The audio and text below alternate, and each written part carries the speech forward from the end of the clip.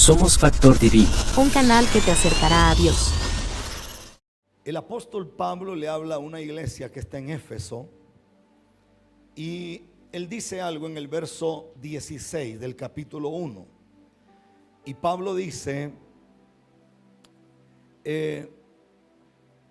voy a ir al verso 15, por esta causa también yo, habiendo oído de vuestra fe en el Señor y de vuestro amor para con todos los santos, no ceso de dar gracias por vosotros, haciendo memoria de vosotros en mis oraciones.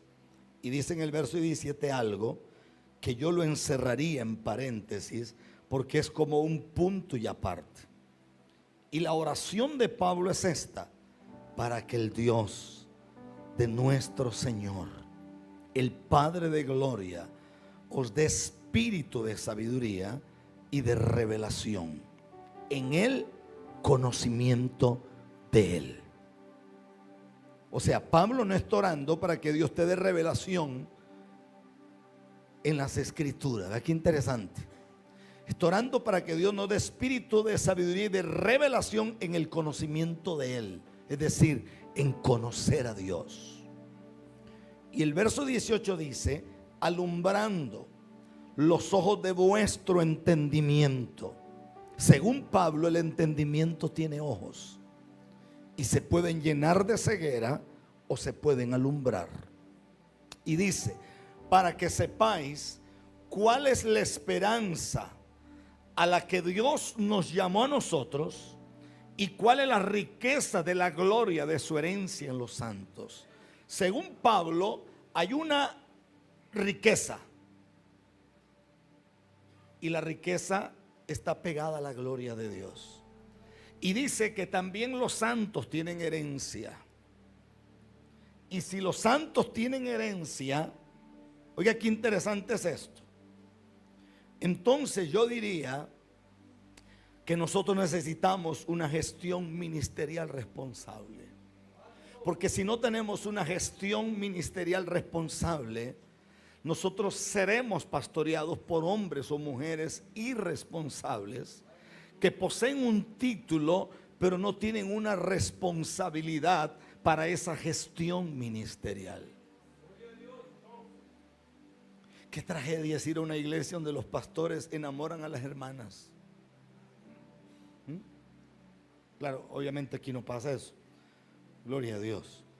Qué tragedia es ir a una iglesia donde los pastores piden prestado dinero y no pagan, porque no hay una gestión ministerial responsable. Y yo creo que en todo rincón de la tierra alguien está orando para que Dios abra los ojos del entendimiento.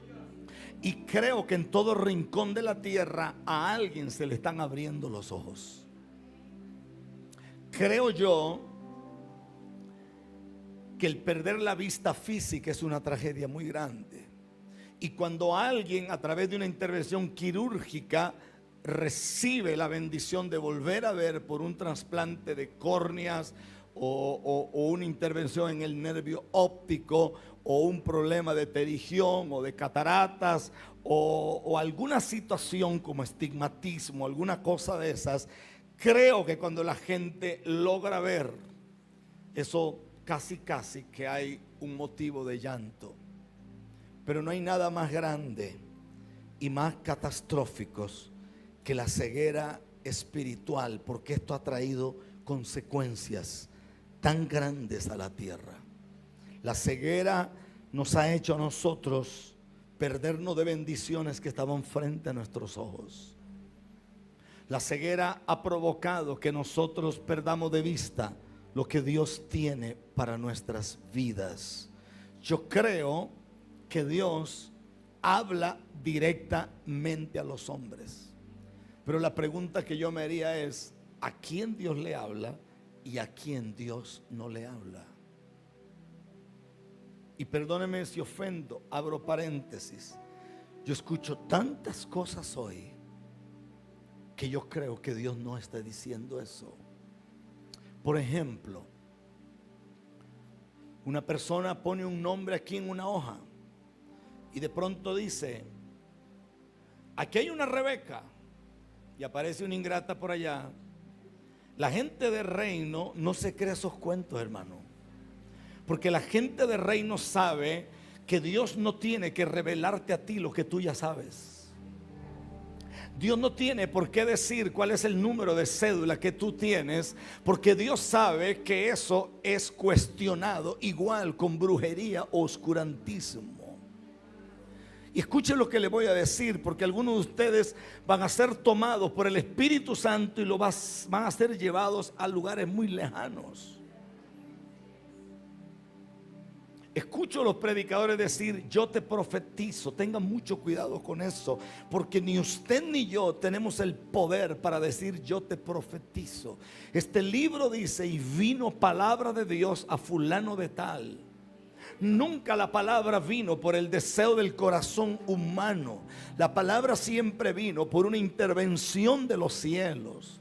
Usted puede tener un deseo muy grande de imponer manos y de bendecir la gente, pero el apóstol dice que hay que tener cuidado de no imponer manos con ligereza. Porque el imponer manos con ligereza puede ser el equivalente a que yo funciono en mi humanidad y no en lo espiritual. Y esto ha traído un caos tan grande a la vida de millones de gente, porque repito, yo creo que Dios habla, pero la pregunta es: ¿a quién le está hablando y a quién no le está hablando? Y levante su mano conmigo y diga conmigo: yo creo que Dios habla a través de sus profetas. Pero vuelva a ver el que está a la par suya y dígale: pero autorizar a un profeta a que me hable a mí puede ser tan peligroso. Por eso hay miles que están manipulados por profetas. Porque cuando yo autorizo a alguien y le entrego la autoridad para que me hable en nombre de ese Dios que yo creo que está hablando, puedo tener problemas muy grandes en esta tierra. Yo no puedo autorizar a alguien a quien no le veo un nivel de madurez, a quien no le veo que posea integridad y a quien no veo que posea la capacidad de reproducir los atributos divinos en la tierra. A su nombre sea la gloria. A su nombre sea la gloria. También creo que ocurre con las tinieblas, porque cuando tú autorizas y permites que alguien venga y tú tomas que la vida de ese hombre o de esa mujer es realmente la boca de Dios en la tierra, a eso no se puede llegar tan fácil.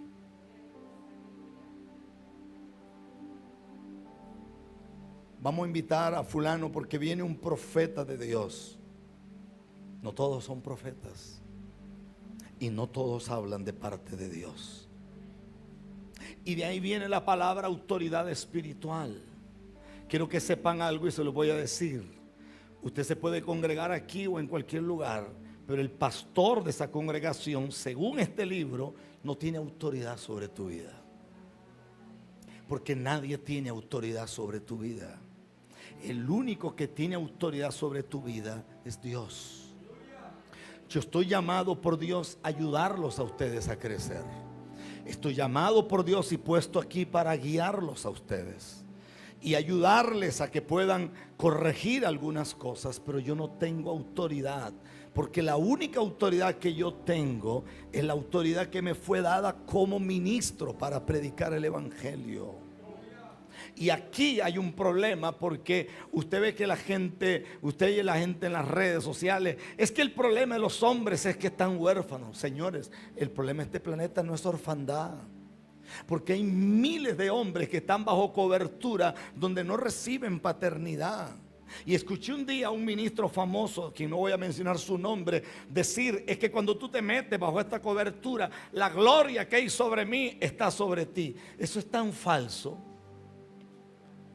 Eso es tan dañino, eso es tan perverso, porque si usted examina la Biblia, la gloria que había en Jesús, lea la Biblia, no se manifiesta en ninguno de los apóstoles. Lea la Biblia si quiere. Usted no ve a ninguno de los apóstoles moviéndose en la gloria que se movía Jesús. Un hombre como Pedro más bien se movía en una dimensión distinta a la de Jesús. Usted no encuentra que sacaban los enfermos para que la sombra de Jesús los tocara, pero sí los sacaban para que la sombra de Pedro los tocaran. Jesús levantó a la hija de Jairo, levantó al hijo de la viuda de Naín y levantó a Lázaro. Jesús nunca revivió un ministro.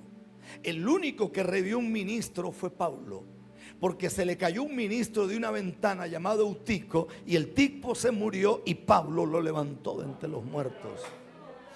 Jesús nunca entró a un templo y el templo explotó. Eso le pasó a Pablo cuando entró al templo de Diana de los Efesios, donde la gente gritó por 2 horas. Si usted lee la historia, dice que Pablo entró, hizo algo y Pablo salió. No existía TNT, no existía la dinamita, no existían los misiles, no existían las bombas. Y dice la historia que el templo literalmente explotó.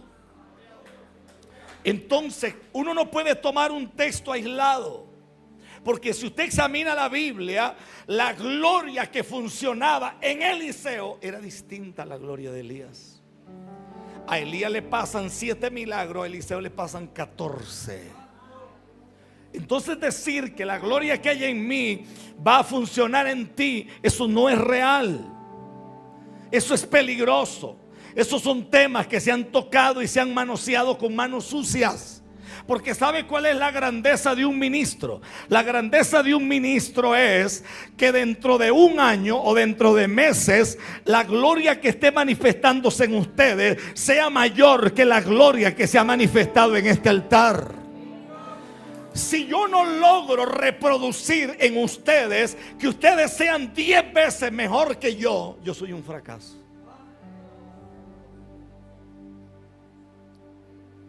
A su nombre sea la gloria. La autoridad espiritual es el reconocimiento que se adquiere por un nivel de madurez, de carácter, de integridad que se ha manejado no por un día, que se maneja por años. Por eso escuche esto: lo que espiritualmente usted ve es lo que espiritualmente usted puede gobernar. Lo vuelvo a repetir: lo que espiritualmente usted ve es lo que espiritualmente usted puede gobernar. Por eso es la misma manera cuando oímos a Dios. Escuche, porque esto le va a ayudar. Cuando usted escucha a Dios en algún momento de su vida, lo primero que Dios va a hacer no es revelarte el nivel de pecado o de maldición que tienes. Lo primero que Dios hará cuando se revela a nosotros es abrir nuestros ojos y mostrarnos a Jesús. Porque cuando tú ves a Jesús, a ti se te revela el poder de la salvación. Y cuando el poder de la salvación se te revela algo tan grande como el poder de la redención. Y Dios te enseñará de qué te libró y de qué no te libró. Por eso todo hombre o mujer necesita una experiencia con el Dios del cielo. Porque si Dios te da a ti una experiencia con Él, hermano, perdóneme que sea tan tico y tan costarricense, a usted le va a importar 3 pesos lo que la gente diga de usted. Lo repito, a usted le va a importar 3 pesos lo que la gente diga de usted. A su nombre sea la gloria. Lo repito, a su nombre sea la gloria. La ignorancia nos ha hecho caer en los niveles más bajos. Por eso a mí me preocupa muchísimo cuando alguien se me acerca y me dice: ¿cómo usted me ve? ¿Cómo me ve? Pastor, dígame, ¿qué opina usted de mí? Esto es tan peligroso, esto es tan maligno y tan dañino. Porque cuando los predicadores ejercen juicios de valor sobre las personas, esto puede ser que yo lo mande a usted al cielo o lo mande al infierno. Escuche esto. Mis amados preciosos, usted tiene que orar a Dios hoy para que Dios le revele qué eres tú ante los ojos de Dios. Porque tú no puedes venir aquí a que yo te dé un valor que solo te lo da la sangre de Jesús.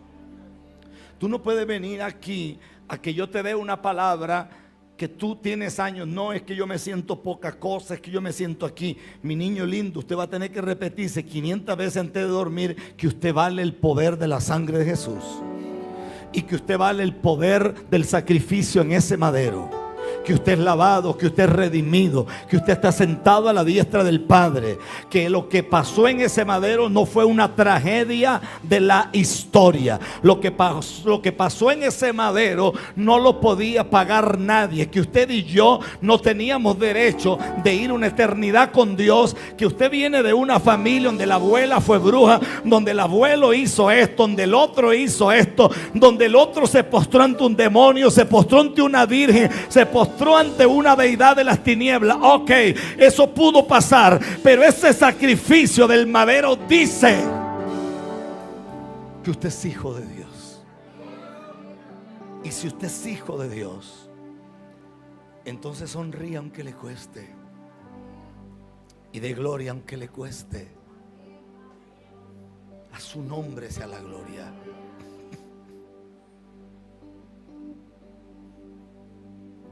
A los ojos de muchas personas,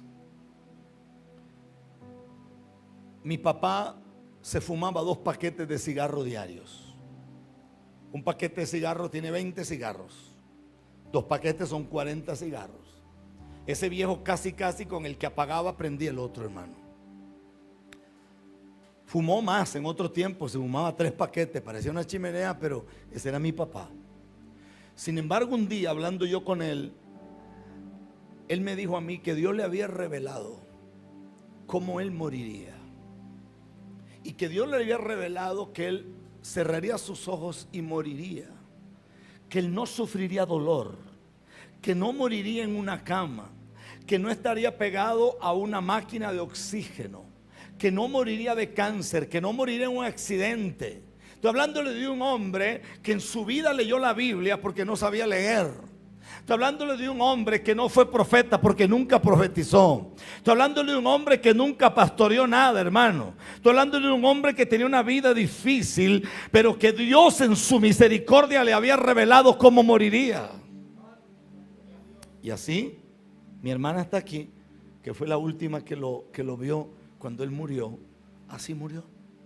Así murió. Es más, el forense dijo que ni siquiera había que hacerle autopsia, porque dijo que ese viejo se había muerto de viejo, y se había muerto porque tenía que morirse, así dijo.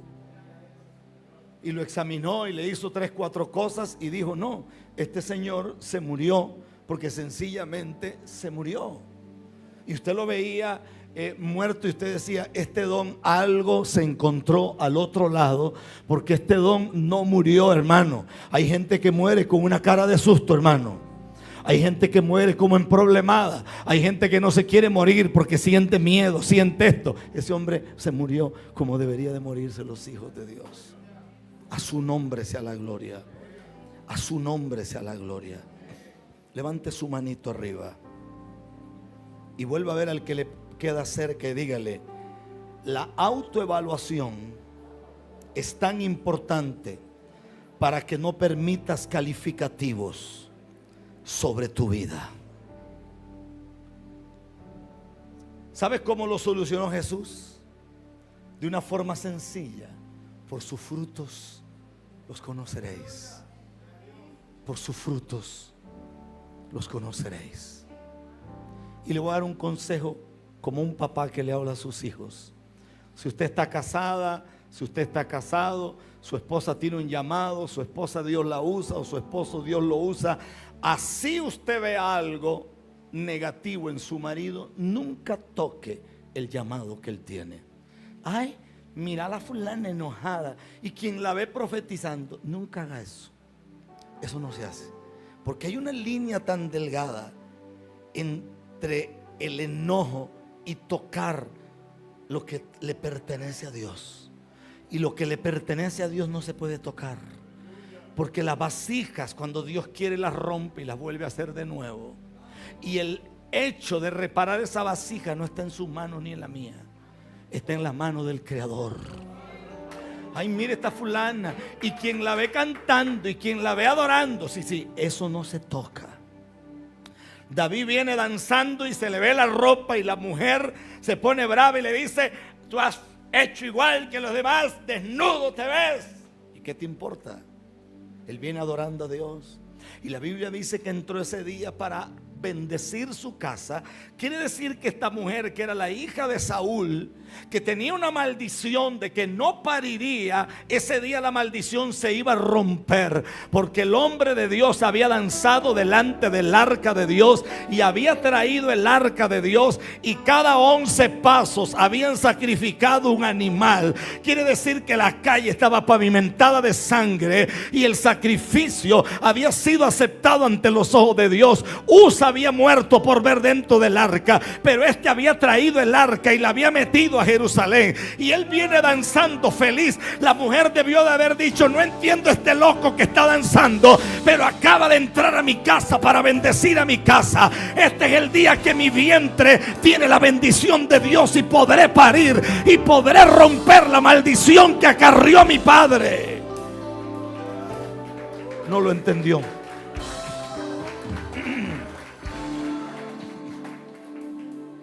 A su nombre sea la gloria. Por eso vuelve a ver al que está a la par tuya y pregúntale: ¿cómo me ves? Y dile: yo te voy a ver como Dios te está mirando. Por eso alguna vez dije que la fe es el trasplante del corazón de Dios al espíritu de los hombres.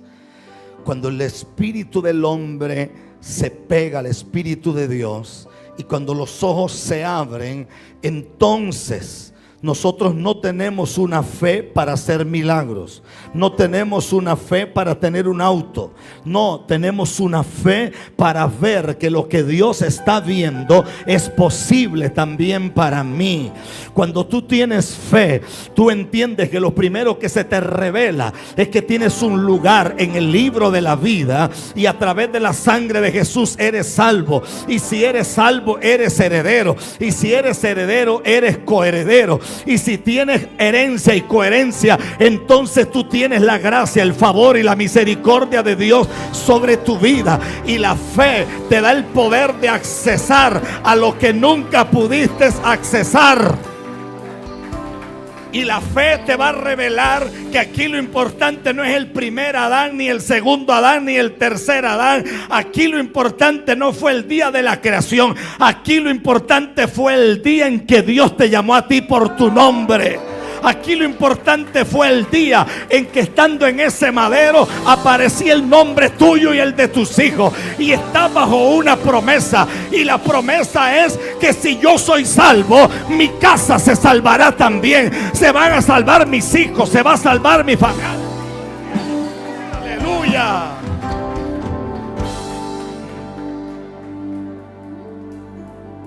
Como que me pegó la gritadera, ¿verdad, Eunice? Ya está gritando el pastor, aleluya.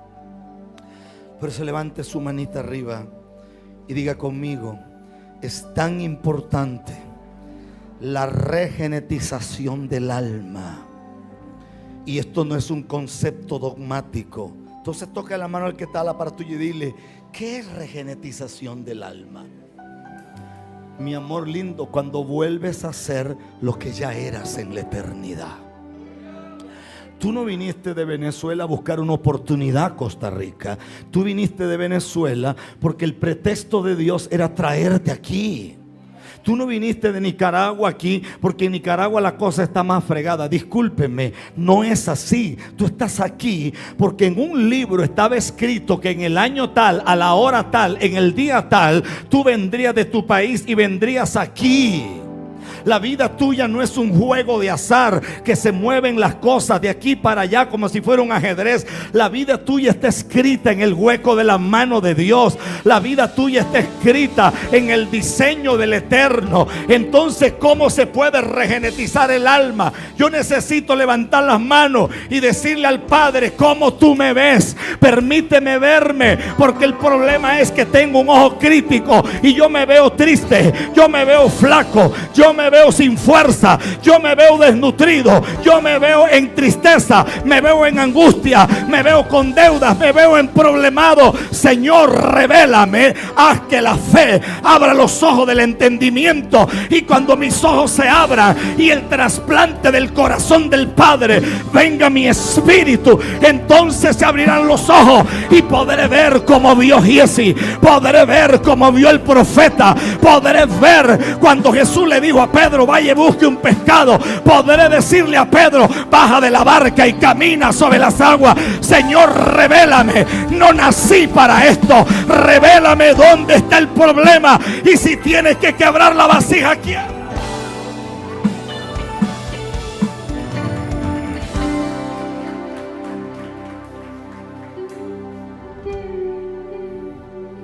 Toma la mano al que te queda cerca, por favor, y dile: ¿sabes cuando tú estás en una crisis espiritual? Cuando lo que antes te gustaba ahora no te gusta, y ahora tu prioridad ha cambiado, y ahora sientes necesidades que antes no sentías. Y ahora sientes ganas de orar y antes no. Ahora tienes ganas de arrodillarte y antes no. Antes querías andar solo con Juana la cubana en el carro y ahora andas escuchando adoración. Toda crisis que refina trae un crecimiento, y toda crisis que refina trae una reducción de lo mundano y trae una ampliación de lo divino. Alguien tiene que decir aleluya.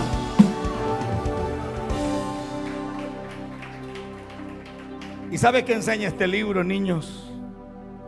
Que todos tus pecados y los míos fueron puestos a las espaldas de Dios. Es más, te voy a decir una grosería que, como ustedes son inteligentes, lo van a entender.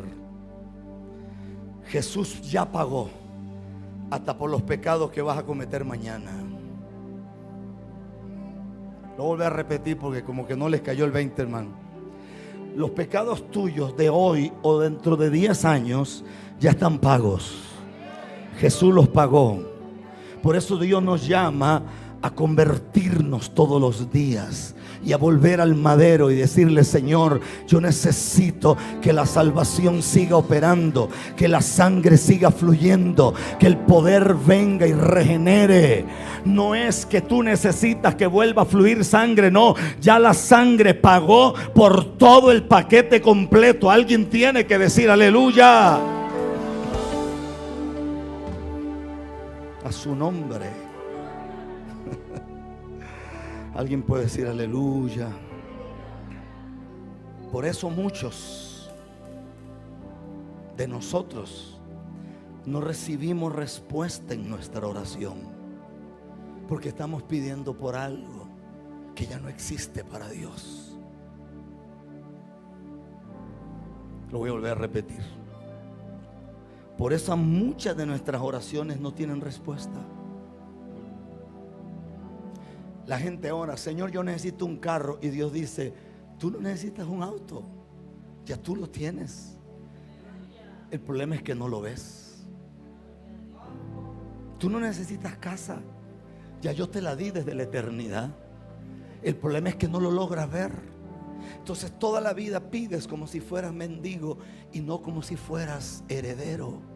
Y dentro de la herencia no solo viene el auto y la casa, también vienen las añadiduras de la salvación de Dios.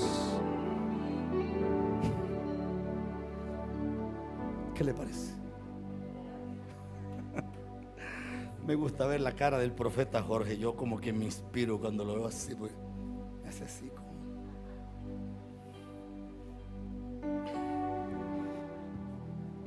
¿Quiere que le diga algo con el corazón?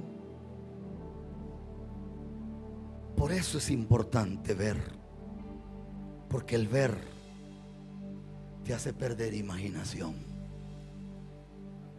Y la imaginación nos ha hecho daño. Usted no tiene idea cuántas mujeres a mí me escriben: pastores, que yo tuve un sueño que mi marido me era infiel. Y yo lo que sueño me sale. Y no es cierto. No es cierto. Pura imaginación. Yo veo algunos hermanitos como gozosos, hermano, que habla, Padre, que tu pueblo escucha. ¿Ah? Hermano, la imaginación nos ha hecho mucho daño. No, es que yo me imagino en un crucero. Yo me imagino en las islas del Caribe, santo.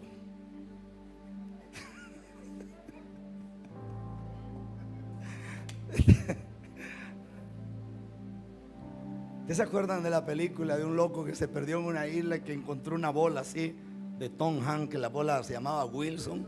Bueno, este se llenó de barro allá en una isla, hermano. Se puso unos pelos así como que fuera Tom Hanks, hermano. Y así, yo tengo la foto, hermano, alabado sea Dios. Te lo voy a decir muy santico, hermano. La imaginación nos ha hecho daño, hermano. Porque empezamos a imaginar cosas. Ay, yo sueño vistiendo ropa elegante. Deja de vivir de imaginación. Dile a Dios que te haga ver, que abra los ojos, que te haga ver. Es que yo me sueño en estadios. Deja de soñar. Mira, mira, mira. Ay, yo me veo manejando un auto de alta gama. Deja de soñar, hermano, porque la imaginación es tan peligrosa que la imaginación ha producido demasiados ruidos en estas generaciones presentes y las venideras. Los ruidos imaginarios nos han hecho tanto daño. Por eso lo primero que Dios quiere librarnos no es de demonios, sino de una mente con mucha imaginación. Imaginamos lo que no es. Imaginamos lo que no es. Ay, no, yo esperaba que usted me tenía una comidita hecha. ¿Por qué no la llamas y dice: mi amor, hágame una comida? Deje de estar imaginando cosas. ¿Qué le parece? Si quieren paro o si quieren sigo, porque apenas estoy en la ensalada, hermano. A su nombre sea la gloria. A su nombre sea la gloria. Y vuelva a ver el que le queda cerca y dígale: la imaginación es peligrosa porque ha producido demasiados ruidos. Yo creo que Dios ha abierto los ojos de millones de personas, pero la razón por la que aún no ven es porque siguen gobernados por una mente llena de imaginaciones. ¿Sabe qué dice la Biblia? Dice que Jesús le oró a un tipo que era ciego. Y dice que el hombre ciego, dice que Jesús le preguntó que cómo quedó. He escuchado un montón de gente que dice que el milagro se le pasó a Jesús, porque dice que el tipo veía a los hombres como árboles. Como árboles, eso está en la Biblia. O sea, como que le puso mucho aumento a los ojos, hermano. Y entonces el tipo veía a la gente como árboles. Pero hay una aplicación psicológica a esto, que la gente que se encarga de esto, los optometristas y toda la gente que opera los ojos y todas estas cosas, dan una explicación científica. Y es que dice que posiblemente este hombre quedó ciego de un accidente. Y el cerebro registra la última escena y esa es la que queda grabada. O sea que posiblemente el tipo quedó viendo bien, pero la última escena que registra su cerebro era que él veía a los hombres como árboles. Puede ser que él tenía un complejo de inferioridad. Puede ser posible que él se sentía menos que los demás. Puede ser posible que él tenía un trauma a nivel emocional y vivía de lagunas en lagunas mentales. Por eso cuando el milagro llega, él sigue viendo lo que él miraba antes y no lo que Dios quiere que él vea en este momento.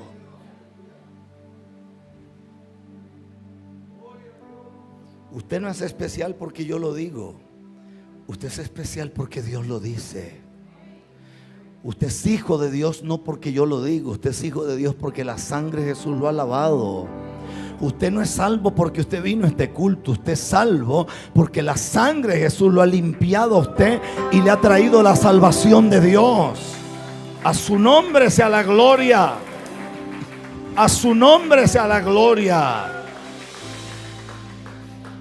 Por eso dígale que está a la par suya: tú no puedes vender lo que no existe. Y vuélvelo a ver con más fe y dile: yo no quiero vivir de ilusiones, yo quiero vivir de realidades. Porque las ilusiones pueden ser tan ilusorias y tan falsas que puedan traer a mi vida rasgos de la imaginación pasada y no puede entender la verdad de Dios. Apúntelo si puede. Ver es el principio de la verdad. Cuando usted ve, usted puede decir: yo estoy en la verdad porque estoy viendo. A su nombre sea la gloria. A su nombre sea la gloria. Ahora diga conmigo: cuando Dios abre los ojos, lo primero que te va a revelar es a Jesús. Y te va a mostrar que Jesús no es el Jesús, perdón que lo señalo, de Él. Porque Él está aquí al frente. Porque Él tiene 3 empresas. Porque Él tiene una esposa que lo quiere un montón y lo duerme en el brazo, dichoso. No. Jesús te va a revelar que tú eres salvo. Aunque no cantes bonito, aunque no levantes las manos, tú eres salvo. Eres salvo por los méritos de ese madero bendito donde el Rey de Gloria murió. Y el principio de la verdad es ver. Si tú ves, entonces levantarás las manos y dirás: gloria a Dios, aleluya. Y dígale que está a la par suya: si lo puedes ver, lo puedes creer. Y si lo puedes creer, los puedes poseer. Y lo más grande que puedes poseer es que hay una salvación tan grande que es tuya. Y ahí cambia el lenguaje de su salvación por mi salvación. Ahí vemos la magnitud de la majestad de Dios. Todo lo que anhelamos, todo lo alcanzaremos por los méritos de la magnitud de la sangre que fue dada en ese madero y la salvación que me fue entregada. ¿Sabe por qué hay tanta gente frustrada en las iglesias, sobre todo religiosas? Porque los predicadores han puesto estándares muy altos. Si usted no ayuna 40 días, usted es un hijo del diablo, hermano. Tan sabrosa que sabe la natilla, hermano, en la mañana, con unas tortillas palmeadas, hermano, recién hechitas. No sé si está aquí. Leí la historia de un hombre que Dios usó poderosamente. Dice que nunca pudo ayunar porque tenía úlceras en el estómago. Y cuando intentaba ayunar se descomponía y empezaba a vomitar sangre. Nunca ayunó y tuvo un ministerio de milagros tan grande. Porque esto no depende de si yo ayuno o no ayuno. Claro que hay que ayunar si se puede, pero no depende de eso. Esto depende del Señor. Esto depende de Él. Depende de Él. Hace muchos años yo estaba predicando en un lugar en la zona sur. Y a mí se me metió en la cabeza, como buen muchacho, que yo antes de pasar a predicar yo tenía que sentir unos escalofríos así en el pellejo, hermano. Se me ponía la piel chinita, hermano. Y yo decía: y yo decía: wow, ahora sí está la gloria conmigo. Y ese día yo no sentí ni cuigo, hermano. No sentí nada. Y pasé a predicar un mensaje que para mí era bueno y nadie decía amén. Eso era como estar predicando, hermano, en alta mar donde no te escucha nadie, hermano. Cuando yo termino de predicar, yo hago un llamado así como para salir del paso. Pasaron más de 200 personas. Y yo dije: ¿qué pasó? Y la gente pasó quebrantada y empezaron a ocurrir cosas. En eso yo tengo una señal, y es que a mí esta mano izquierda se me pone caliente, caliente, caliente. Pero caliente, caliente, que yo me toco así, wow, esta cosa, pero caliente. Cuando la mano se me pone caliente, es como una señal de que van a ocurrir milagros. Ese día yo me tocaba la mano, hasta me soplaba, a veces me calentaba, hermano. Y no, la mano fría, como la panza de un sapo, hermano. Fría. Cuando en eso veo una señora que empieza a pegar gritos y dice: estoy mirando. Yo había perdido la visión del ojo izquierdo y estoy mirando. Y la mujer empieza a caminar y decía: ¿dónde está mi esposo? Y llamaba al esposo. Apareció un señor por allá y le dijo: mira. Y parece que el hombre era incrédulo y el hombre empezó a llorar, hermano. Aparece otro por acá que dice: tenía un problema en las cervicales y andaba con un cuello así aquí, y se lo quitó y fue sano. Y empezaron a ocurrir tantos milagros, pero tantos milagros. Y yo no oré por los enfermos. Cuando yo bajé del altar, bajé frustrado, sumamente frustrado. Había una mata de amapola así aquí en una cerca, y me hice al lado atrás de esa mata y me arrodillé. Y yo le dije a Dios: ¿qué pasó? Y yo no sentí el shamalabasaya, yo no sentí eso. Y no sentí tampoco el escalofrío en el cuerpo. Y yo prediqué un mensaje y tampoco sentí así mucho fuego. Y se convirtió en un cerro de gente. Curiosamente, de ese día hay una cantidad de pastores de esa noche que hoy sirven a Dios. Yo le dije a Dios: ¿y qué pasó? Y todo ese chorro de milagros que ocurrieron. Y a veces la mano se me pone caliente, caliente, y ocurren 2 milagros, alabado sea Dios. Mejor me quedo con la mano fría. Y oí al Espíritu Santo decirme: Rafael, 3 veces: Rafael, Rafael, Rafael. Tú tienes que entender que mientras tengas mente religiosa, tú nunca llegarás. Y yo pregunté: ¿qué es lo malo? Lo malo tuyo es que tú crees que si tú no oras 5 horas, Dios no te respaldará. Tú crees que si no ayunas 21 días sin cortar, Dios no va a estar contigo.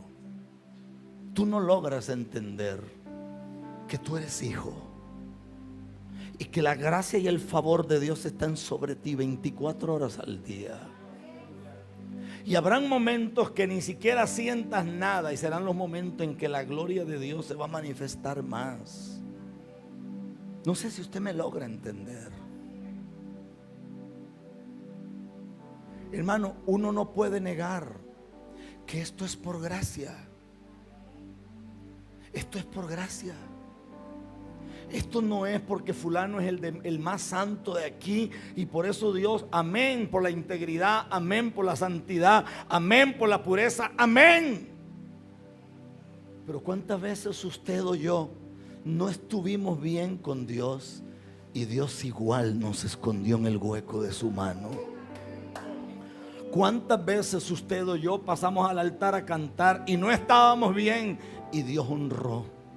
¿Cuántas veces un predicador pasó a predicar y no estaba bien con Dios y Dios estuvo allí? ¿Por qué? Porque esto es gracia, esto es favor, esto es cuando los ojos se abren, usted puede ver. Pregunto yo: ¿por qué la gente que iba en el barco con Jonás tenían que sufrir las consecuencias de un rebelde? No era necesario que sufrieran las consecuencias de la desobediencia de Jonás. Pero yo no encuentro a Dios poniendo en disciplina a Jonás. Yo no encuentro a Dios quitándole los dones a Jonás. Yo no encuentro a Dios sentando a Jonás. Los únicos que hacen eso son los religiosos en las iglesias. Yo no encuentro a Dios diciéndole a Jonás: usted está en pecado, usted está mal, usted me desobedeció. No, Señor, lo tiran del barco y hay un pez esperándolo. El pez se lo traga, Jonás se muere y el pez lo vomita en el lugar donde él tiene que cumplir la palabra. No sé si me está entendiendo. Pedro niega, Pedro maldice y Jesús no lo descarta. ¿Por qué? Porque los únicos que descartan son los religiosos, que nunca se les reveló el poder de la sangre de Jesús. Alguien tiene que decir aleluya. Alguien tiene que decir aleluya. Alguien tiene que decir gloria a Dios. Por eso Pablo habla al carcelero de Filipo y le dice: usted tranquilo, esto fue planeado desde la eternidad. se va a salvar usted, se va a salvar su familia también. A su nombre. Usted no ha visto que en el Antiguo Testamento a Jesús se le compara con un olivo, se le compara con la rosa de Sarón, se le compara con el lirio de los valles, se le compara con una serpiente que se puso en el desierto para que el que lo mordía una serpiente y mirara eso se sanara. Y tiene una tipología. Se le compara con una fuente, se le compara con el mar que se abre. Pero después de que Él resucita en el Nuevo Testamento, no se le compara con nadie. Solo se le llama el Cordero de Dios, que quita el pecado del mundo. Porque ya no hay simbolismo. Los simbolismos se terminaron. Ahora lo que quedó fue la esencia. Usted no se pone a orar y dice: ay, bendito sea Dios por la rosa de Sarón, bendito sea Dios por el lirio de los valles, bendito sea Dios por la fuente. No, usted levanta la mano y dice: bendito sea Dios por Jesús, el Hijo del Dios viviente, por el Rey de Reyes, por el Señor de señores. A su nombre, a su nombre. El punto que sigue, y tócale la mano al que le queda cerquita y dígale: porque la medida de la salvación que tú ves es la medida de la salvación que tú administras. Porque por eso la fe te hace ver lo que otros no pueden ver. Repito, la fe te hace ver lo que otros no pueden ver. ¿Sabe por qué los vientos sacuden al olivo? Porque el olivo tiene una cáscara que si la cáscara no se cae lo mata porque lo asfixia. Y la historia dice, y la realidad de agronomía dice, que vienen unos vientos que le agitan tanto la cáscara que la gente dice: lo va a desarraigar. No, el viento se le mete entre las pequeñas aberturas y hace un ruido. Y el ruido es que el viento está quebrando hasta que arranca la cáscara. Y en vez de que el olivo diga: qué viento grosero, el olivo dice: gracias por ese viento, porque me quitó la cáscara que me estaba asfixiando. Por eso bendiga a Dios por los vientos contrario, bendiga a Dios por las cosas difíciles, porque las cosas difíciles te van a quitar lo que te está asfixiando, te van a quitar lo que no te deja avanzar. Alguien tiene que decir aleluya.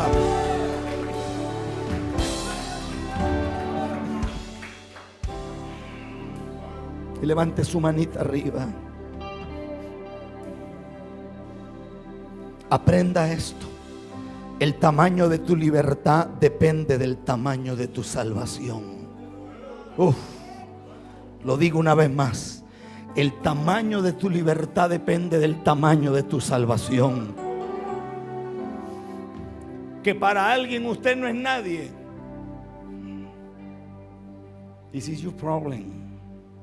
Ese es su problema. No es my problem. No es mi problema.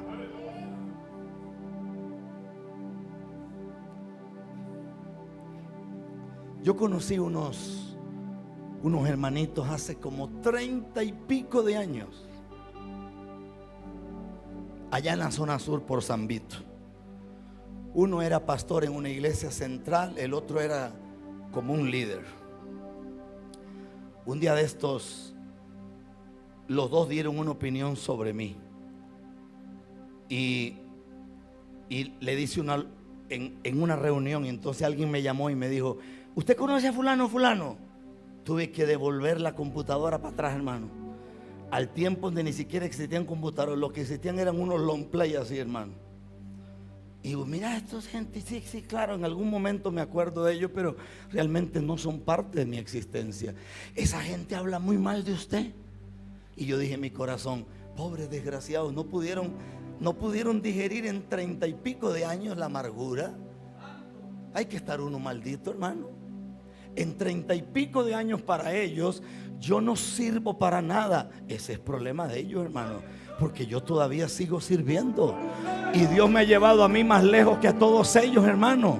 Y yo nunca he vivido como viven ellos, que viven sacándole la platita a la gente y a ver quién les da el sobrecito con los diezmos. No, y nosotros vamos caminando y vamos caminando. Y alguien me pregunta a mí: ¿y a usted no le preocupa lo que dicen las redes sociales? No me preocupa. ¿Sabe por qué? Porque hace casi 40 años, ahí está mi hermana de testigo, yo era un muchacho de colegio cuando el Rey de Gloria entró a mi habitación, atado por las drogas, atado por la inmundicia, atado por cosas terribles. El Rey se me apareció ese día allí y Él me dijo: yo te levantaré y serás mi boca en la tierra y yo te usaré. No me molesta que alguien diga algo, es más, le voy a decir la verdad, me preocupa cuando nadie dice nada.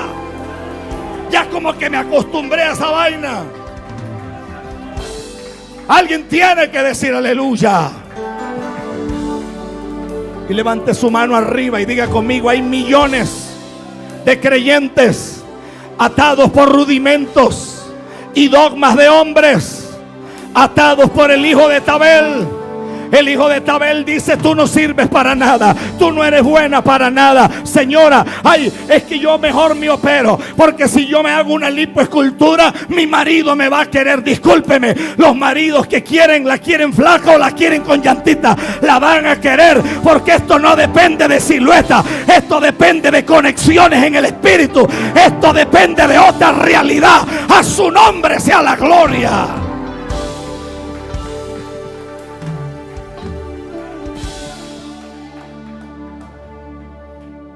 La gente se va a una eternidad sin esperanzas porque nunca se les reveló el poder de la salvación.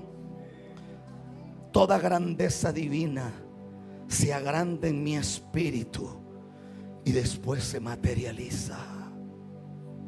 Lo voy a repetir: toda grandeza divina se ensancha en mi espíritu, se agranda y después se materializa. La gente de fe no ora por carros. La gente de fe empieza a disfrutar el carro aunque no lo tenga, hermano. Y parecen locos. Ay, sí, es que no me gusta el carro este con los cambiecitos así y metiéndole el clutch. No, me gustan los carros que nada más usted le da una vueltica así nada más, o le da vueltitas así, los cambios ya están. Me gustan las cajas sincrónicas. No me gusta esta cosa, hermano. No, me gusta otra cosa. Me gustan los autos que las puertas son pesadas, que usted las cierra y no oye nada y la gente le habla afuera y usted no oye nada. Me gusta eso. Y usted dice: pero anda en un cacharro. Discúlpeme, usted no anda allí, usted está caminando en otra realidad, pero eso depende de lo que se agrande en el espíritu para que se materialice en la carne. Es que sabe algo, mi niño, según este libro, usted no fue salvo hace 20 años. Según este libro dice que a los que antes conoció, a esos predestinó. No estoy hablando de salvo, siempre salvo, porque eso es una falsa doctrina. Pero según este libro, si usted lee el libro de Job, dice que éramos hijos de Dios en la eternidad. Entonces somos hijos de Dios porque nos predestinó. Somos hijos porque nos compró por la sangre de Jesús. Y somos hijos porque nos adoptó. Alguien tiene que decir gloria a Dios. Vuelve a ver que está a la par suya y dígale: ¿sabe qué significa Jesús? Jesús significa el Señor salva. Repítaselo 3 veces: significa el Señor salva. Repítelo otra vez, dígale: el Señor salva. El Señor salva. El Señor salva. Entonces tienes que aprender algo: Dios no responde a necesidades. Dios lo único que responde es a la grandeza de un espíritu ensanchado que se le reveló la materialización de afuera. Yo no necesito zapatos nuevos, yo no necesito ropa nueva. Según este libro, Dios sabe lo que yo necesito. Y si Dios sabe que yo califico para ponerme unas tenis Gucci, ya que tenisito, si yo califico para ponerme tenis Gucci, me las pongo. Alabado sea Dios. A su nombre sea la gloria. Pero si yo no califico, Dios va a permitir que camine con las patas peladas y camine descalzo. Alguien tiene que decir aleluya. Y si tu llamado es muy grande, Dios te va a llevar al borde de la cima. Y van a haber momentos que no tendrás ni que comer. Y la fe se madurará. Y la fe crecerá. Y la fe se levantará. Y de pronto levantará las manos y dirá: yo sé que mi Redentor vive. Póngase de pie y aplauda.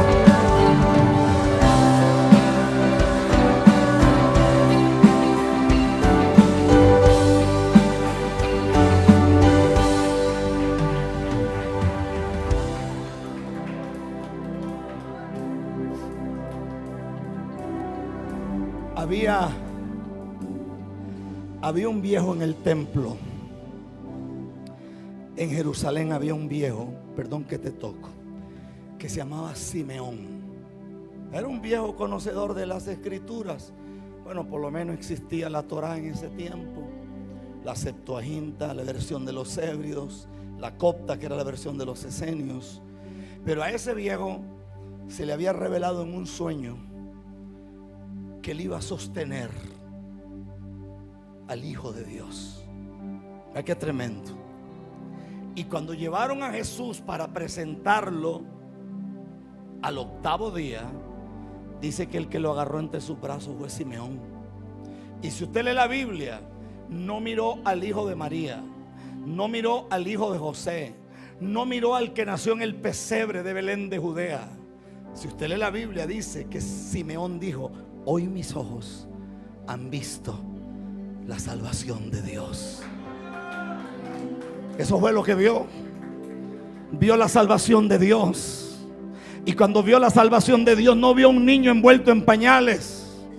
Por eso cuando usted ve a los hermanos que están aquí, usted no puede ver a Joel, usted no puede ver a Lucy, usted no puede ver a Jenny, bendito sea Jehová. Usted no puede ver a Daniel, usted no puede ver a... ¿Cómo se llaman estos muchachos? Usted no puede ver al pastor Wilson, usted no puede ver a la pastora Isabel, usted no puede ver al profeta Jorge, usted no puede ver a la hermana Ana. Usted tiene que ver la salvación de Dios en ellos. Tiene que ver la salvación de Dios en ellos. Tiene que ver la salvación de Dios en ellos. Y si su marido tiene problemitas fuertes cuando esté dormido, acaricie. Lo que los hombres agradecen eso mucho, hermano. Por cierto, a mí ya se me ha olvidado esa vaina, hermano. Pero pásele la mano por la cabeza. Él va a pensar que usted lo está acariciando y usted lo está ministrando. Pásele la mano por la cabeza y dígale: papá, revélale a este hombre lo que él es desde la eternidad. Abre los ojos del entendimiento, porque aquí dentro guardado hay un profeta, aquí dentro guardado hay un hombre de gloria, aquí dentro guardado hay una mujer que tiene poder, aquí dentro guardado hay un evangelista, hay un ungido, hay una ungida del Dios vivo, aquí dentro hay algo grande del cielo, aquí hay alguien que tiene poder, pero de repente él no lo puede mirar. Pero mi Biblia dice que cordón de dos dobleces no se rompe fácil. Y mi Biblia dice que si uno cae, el otro lo levanta. Si él no está bien, lo voy a levantar en el nombre de Jesús. Porque la Biblia dice que si dos duermen juntos y uno tiene frío, el otro lo calienta. Eso tiene que ver con una dimensión en el...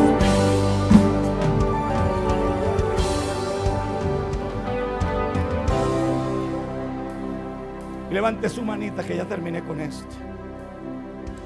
Por eso hay miles de gente o personas congregándose en iglesias y atados, porque nunca vieron la salvación de Dios, porque nunca los ojos se le abrieron. Nunca. El miércoles pasado aquí vino un muchacho, hermano de una hermana que se congrega aquí. Nosotros fuimos con el pastor Marco y fuimos con Dan. Y Dan está ahí y no nos querían dejar entrar al hospital.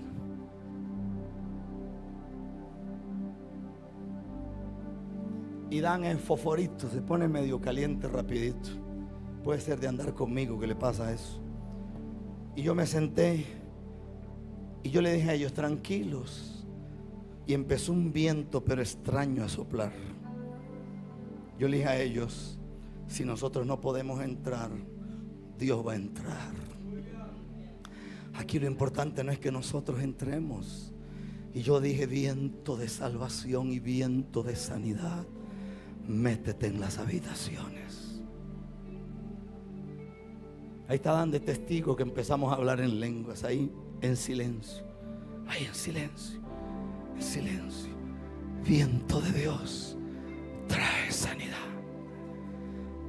La hermana Senia nos invitó, pero cuando llegamos, ella dijo, hay que entrar rápido, porque ya mandaron a llamar a mamá y mandaron a llamar a mis hermanos y a mi familia para que se despidan de él, porque lo van a desconectar. Literalmente estaba muerto. Él estaba en un coma inducido, pero estaba muerto. Si lo desconectan, se acabó. Y yo logré entrar.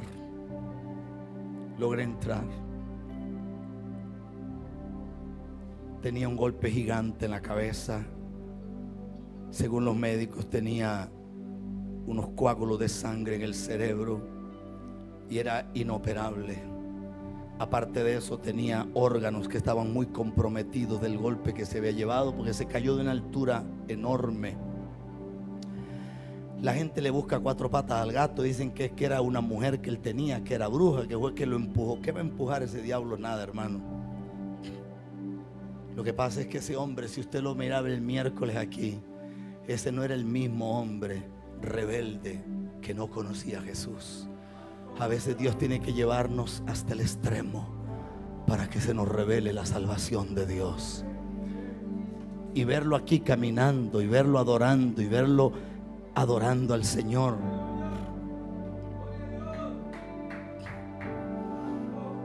Aleluya.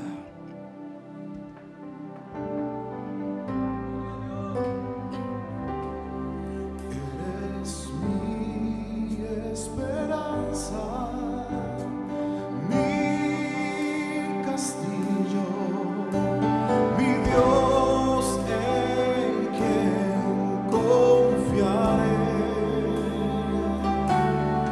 Eres mi esperanza, mi castillo, mi Dios en quien confiaré. Eres mi esperanza, mi castillo, mi Dios en quien confiaré. Eres mi esperanza, mi castillo, mi Dios en quien confiaré.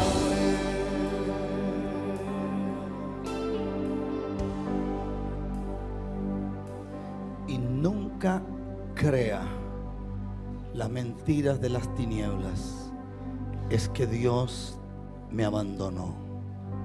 Jamás Dios te ha abandonado. Porque si Dios te soltara, en ese instante las tinieblas te matarían. Nunca, nunca. He escuchado tonterías como que a los borrachos los cuida el diablo. El diablo no se cuida ni solo, hermano. Aún a esa gente la misericordia de Dios está allí. Dele gracias por su familia.